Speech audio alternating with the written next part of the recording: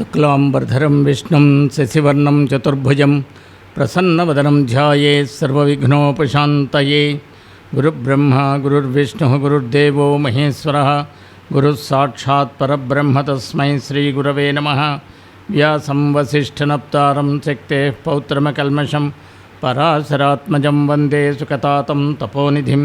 నారాయణం నమస్కృత్య నరం చైవ నరోత్తమం దేవీం సరస్వతీం వ్యాసం తతో జయముదీరయేత్. వసుదేవసుతం దేవం కంసచాణూరమర్దనం దేవకీ పరమానందం కృష్ణం వందే జగద్గురుం. శ్రీ భాగవత కథా సుధలు 53వ భాగానికి స్వాగతం సుస్వాగతం. అజామిలుడు విష్ణుదూతల ద్వారా రక్షించబడి యమదూతల యొక్క బారి నుండి విముక్తుడై నిశ్చేష్యుడై విస్మయాన్ని పొంది ఏమి జరుగుతోందో వాస్తవ స్థితిలోకి రావడానికి కొంత సమయం పట్టిందని కిందటి భాగంలో చెప్పాను. ఆ విధంగా తన యథాస్థితికి వచ్చి తాను మరణించాడా లేక తనకి పునర్జన్మ వచ్చిందా అన్న సంశయంలో పడ్డాడు.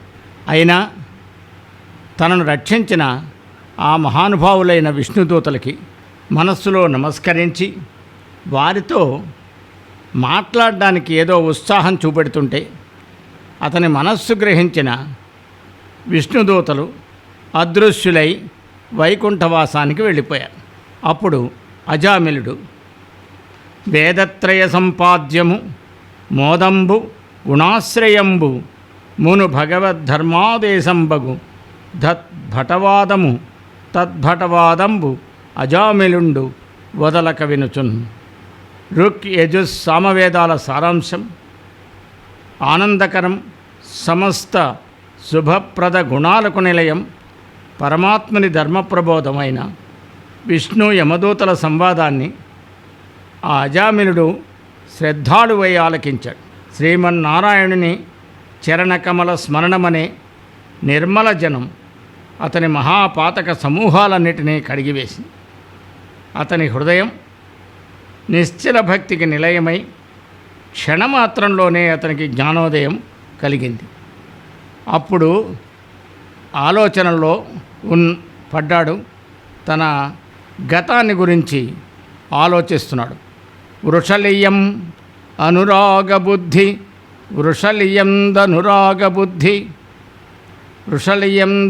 అనురాగవృద్ధి బిడ్డలన్కని కులము గోదావరిన్ కూలంద్రోచి రచ్చలకెక్కి పెన్ రజ్జుసేతల సరివారి లోపల తలవంపు చేసి కట్టిడి ముడుకనై కర్మబంధంబుల పుట్టనై నిందల ప్రోవనగుచు తరుణుల రోతల తవిలి భోగించిన కడిది నా జన్మంబు కాలిపోయే. చదువు చట్టువడియే శాస్త్రంబు మన్నయ్యే బుద్ధి పురువుమేసన్ పుణ్యమణగే నీతి మట్టుపడియే నిర్మల జ్ఞానంబు మొదలి కుడిగే బోధ మూరింపోయే. ఆ శుద్రకాంత మీద అనురాగం పెంచుకున్నాను. ఆ వేశ్యేందు సంతానాన్ని కూడా కన్నాను. కులగౌరవాన్ని గోదావరిలో కలిపేశాను. నా బ్రతుకు రచ్చలకెక్కించాను. సిగ్గుమాలిన పనులకు పాల్పడి సాటివారిలో తలవంపులు తెచ్చుకున్నాను.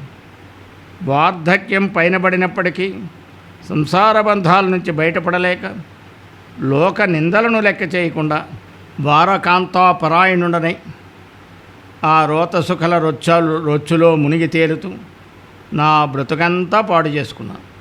పవిత్రమైన జీవితం భస్మమైపోయింది. నేను చదివిన వేదాధ్యయనము చట్టుబండలైపోయింది. శాస్త్రజ్ఞానమంతా శూన్యమైంది. నా బుద్ధి పురుగు మేసింది. పుణ్యం బూడిదయింది. నీతి అడుగంటింది. నియమం మరుగున పడింది. నా తెలివి తెల్లవారింది. ఎవరైనా పతనావస్థలోకి వెళ్ళిపోయిన వాళ్ళు తర్వాత జ్ఞానం కలిగితే వాళ్ళు ఎలా ఆలోచించాలో, లేకపోతే గతాన్ని గురించి ఆలోచించుకుంటూ తమ చేసిన దుష్కర్మలను తలచి మానవులు ఎలా తలుస్తారో అదేవిధంగా ఇక్కడ భాగవతం అజామిలుణ్ణి అడ్డుపెట్టుకుని ప్రపంచానికి మనం ఎలా బ్రతకకూడదో తెలియచేస్తోంది. దాన్ని బట్టి మానవుడు ఎలా జీవించాలో కూడా అర్థమవుతుంది. ఈ విధంగా ఆయన అజామిలుడు చాలా వేదన చెందుతూ ఆలోచిస్తున్నాడు. నేను తప్ప ఏ ఆధారం లేని సాధుజీవునులు, సౌమ్యులు నా తల్లిదండ్రులను నిర్దాక్షిణ్యంగా తీవ్రమైన కష్టాలకు గురిచేసి ఇంటి నుండి వెళ్ళగొట్టిన దుర్మార్గుణ్ణి. అటువంటి ఘోర పాప ఫలితాలు నన్ను మహాగ్ని జ్వాలల్లా కాల్చకుండా ఎలా ఉండనిచ్చాయో కదా. చిన్నప్పటి నుండి నన్ను ఎటువంటి ఇబ్బంది లేకుండా పెంచిన తల్లిదండ్రులను, నా శ్రేయస్సు కోరే చుట్టాలను, నాకు మేలు చేసిన వారిని కృతజ్ఞుడనై వదిలిపెట్టాను. ఇన్ని ఘోర పాపాలు చేసి భయంకర నరకకోపంలో పడి కొట్టుకొని పోతున్న నన్ను దయతలచి ఆపదల నుండి రక్షించి నా పాపాలను పోగొట్టిన ఈ పుణ్యపురుషులు ఎక్కడివారో కదా. చోద్యంబై కలవోలే ఈ క్షణమునంచూడంగ ప్రత్యక్షమై వేద్యంబయ్యను నన్ను ఈడ్చిన మహావీరుల్ బృసోదగ్రులా ఉద్యోగంబులవారు పాశధరులీ ఉత్సాహముల్మాని సంపాద్యానేక వికార రూపకుటిల ప్రఖ్యాతులందేగిరో. ప్రఖ్యాతులు ఎందేగిరో. చాలా ఆశ్చర్యకరంగా ఉంది కదా. ఏదో కలలా కనిపించింది. ప్రత్యక్షంగా కనిపించి నన్ను మృత్యు పాశాలతో బంధించి ఈడ్చుకుని వచ్చిన ఆ భయంకర స్వరూపాలు గల మహావీరులు, ఈ వికృతాకారులు, ఆ వక్రమార్గ సంచారులు తమ ఉద్రేకాన్ని, ఉత్సాహాన్ని వదిలిపెట్టి ఎక్కడికి వెళ్ళారో కదా. దారుణ పాశబంధన విధానములన్ నరకార్ణవంబులో కూరినవాని నన్ను చెడకుండవనర్చిన పుణ్యవంతులు అంభోరుహనేత్రులు ఉజ్వల నభోమణి తేజులు లోచనోత్సవులు చారు దయాసమంచిత విచారులు నల్వురు ఎందుపోయిరో. ఇప్పుడు విష్ణుదూతలు ఎక్కడికి వెళ్ళిపోయారా అని ఆలోచిస్తున్నాడు. క్రూరమైన హిమపాసాలచే కట్టబడి నరకమనే సముద్రంలో మునిగిపోతున్న నన్ను కాపాడిన సూర్య తేజస్సులు, పద్మనేత్రులు, సుందర రూపులు, దయకలిగినట్టి ఆ నలుగురు, ఆ దివ్య పురుషులు ఎటువైపు వెళ్ళారో కదా. నన్ను రక్షించిన పుణ్యవంతులు, నన్ను రక్షించిన పుణ్యవంతులు కనన్నాళీక పత్రాక్షులు అంజన సంకాసులు శంఖచక్రధరులు ఆజానూరు బాహుల్ స్మితానను లలంబిత కర్ణవేష్టన సువర్ణఛాయాది దివ్యాంబరుల్ ఘనకారుణ్యరసైక పూర్ణులు సమగ్ర స్ఫూర్తి నిందేగిరో అంటున్నారు భాగవతంలో. నన్ను కాపాడిన పుణ్యాత్ములు తామరుల వంటి కన్నులతోటి నల్లని శరీరాలతో ప్రకాశించేవారు, పితాంబరులు, శంఖచక్రాలను ధరించిన వారు, ఆజానుబాహులు, నవ్వుముఖం కలవారు, వేలాడుతున్న చెవి ఆభరణాలు, బంగారు వన్నెగల వస్త్రాలు ధరించిన మహానుభావులు ఆ దయా సముద్రులు ఎక్కడికి వెళ్ళిపోయారో కదా అని కొంతసేపు తర్కించి తనను తాను నిందించుకుంటున్నాడు. నిందించుకుంటున్నాడంటే వాస్తవ స్థితిని గ్రహించాడు. పాతకుడను, జడుడను, బ్రహ్మఘాతుకుడను, మానలోభమోహమస్సరుండ నాకెట్లు దొరుకు నారాయణు దివ్యనామ విమల కీర్తనంబుమదికి. ఇంతటి పాపాత్ముణ్ణి, బ్రహ్మహత్య వంటి ఘోర పాపాలను చేసిన వాణ్ణి, దురభిమానుణ్ణి, లోభిని, కామాతురుణ్ణి, మాశ్చర్యం కలిగిన వాణ్ణి, ఇలాంటి నా మనస్సుకు నారాయణుని పవిత్రమైన నామగానం చెయ్యాలని ఆలోచన ఎలా వస్తుంది? దారుణ మోహాంధకార పూరితుడను హరి విస్మయ స్మరణార్హమతినే పంచమహాతీవ్ర పాతకోపేతుండ హరి విస్మయ స్మరణార్హమతినే కౌటిల్యకితవ వికార పారీణుండ హరి విస్మయ స్మరణార్హమర్తినే అఖిల దుఃఖైక ఘోరార్ణవమగ్నుండ హరి విస్మయ స్మరణార్హమతినే నిందలకు ఎల్ల నెలవైన నిర్గుణుండ మందభాగ్యుండనేనేడ మధువిదారి దివ్య గుణనామ కీర్తన తెరగుదేడ పూర్వసుకృతంబులేకెట్ల పొందగలుగు. నీచమైన మోహమైన చీకటిలో మునిగి ఉన్నవాడను. అజామిలుడు చెప్పుకుంటున్నాడు, పంచమహాపాపాలు చేసిన వాడిను, కుటిలుడును, జోదవ్యసనపరుడును, నిందాపరుడును, గుణహీనుణ్ణి అయిన నాకు అద్భుతమైన విష్ణునామాన్ని స్మరించే అర్హత ఉందా? కేవలం నేను పూర్వజన్మలలో చేసుకున్న పుణ్యాల ఫలితం వలన మాత్రమే తప్ప హరినామస్మరణ యోగం ఎలా కలుగుతుంది?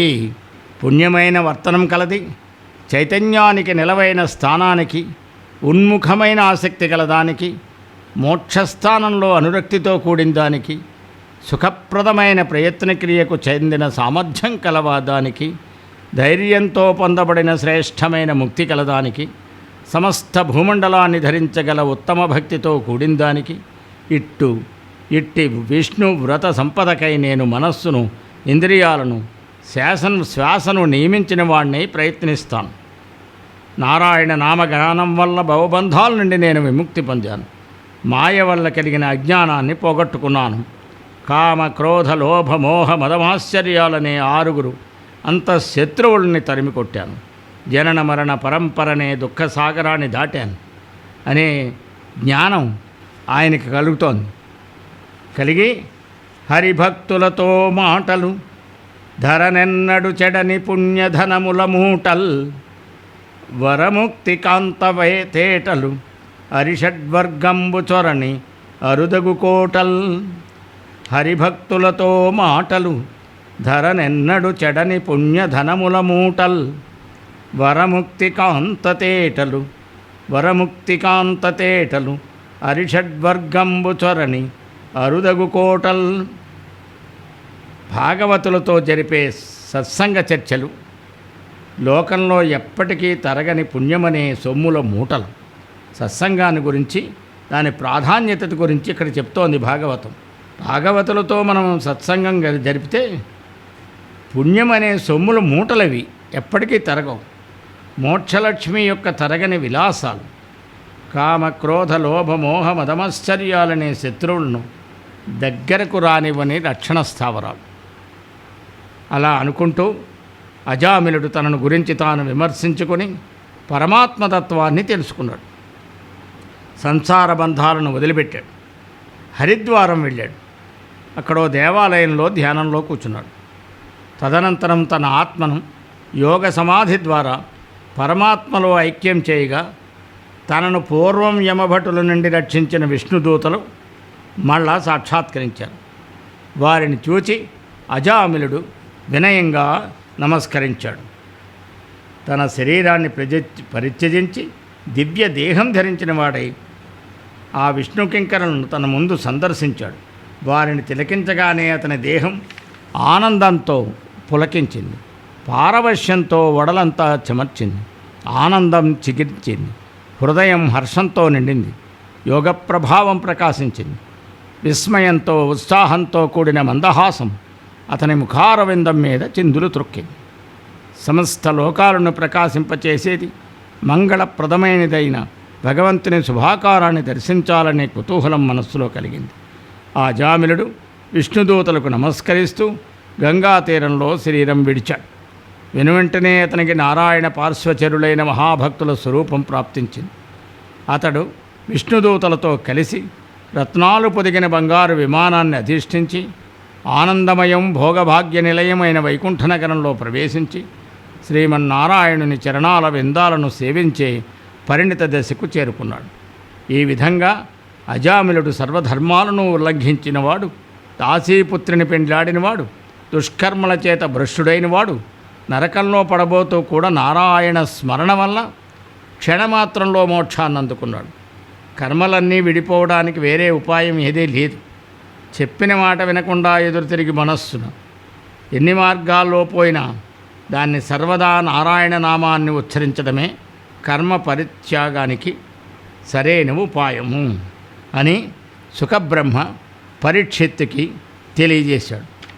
ఈ కథలో మనం తెలుసుకున్నది ఏమిటంటే, మొట్టమొదట జరిగినది మరణానుభవం కలిగింది అజామిలుడికి. దానితో జ్ఞానం కలిగింది. తర్వాత యోగ మార్గం ద్వారా గంగా తీరంలో హరిద్వార పుణ్యక్షేత్రంలో తన దేహాన్ని వదిలి విష్ణులోకానికి వెళ్ళాడు. దానికి కారణం ఏంటి? కేవలం తన కొడుకుని పేరుతో మాత్రమే చివరి దిశలో భగవన్నామం ఔపచారికంగా స్మరించి మోక్షాన్ని పొందాడు. ఇంకా పరిపూర్ణమైనటువంటి భక్తితో పలికితే ఇంకెంత లాభం ఉంటుందో, ఇంకెంత ప్రయోజనం ఉంటుందో మనం చెప్పలేము.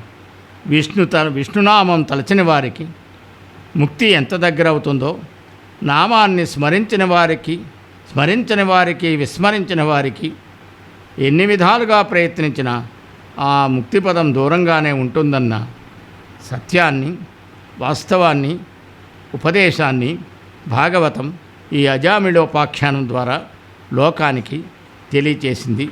ఈ అద్భుత గాథని భాగవతం ద్వారా మనం తెలుసుకున్నాం. భగవన్నామం యొక్క విశేషం తెలుసుకుందాం. ఇంకా అందరూ అనుష్ఠాన పర్యంతం తెచ్చుకుని నిత్యము వీలైనప్పుడల్లా భగవన్నామాన్ని మనస్సులో స్మరించుకుంటూ ఉండాలని, అటువంటి విభూతి ఆ భగవంతుడు మనకి కలగచేయాలని సాంజలికంగా భగవంతుణ్ణి ప్రార్థిస్తూ మరికొన్ని విషయాలు వచ్చే భాగంలో చెప్పుకుందాం. సర్వం శ్రీకృష్ణార్పణమస్తు. స్వస్తి.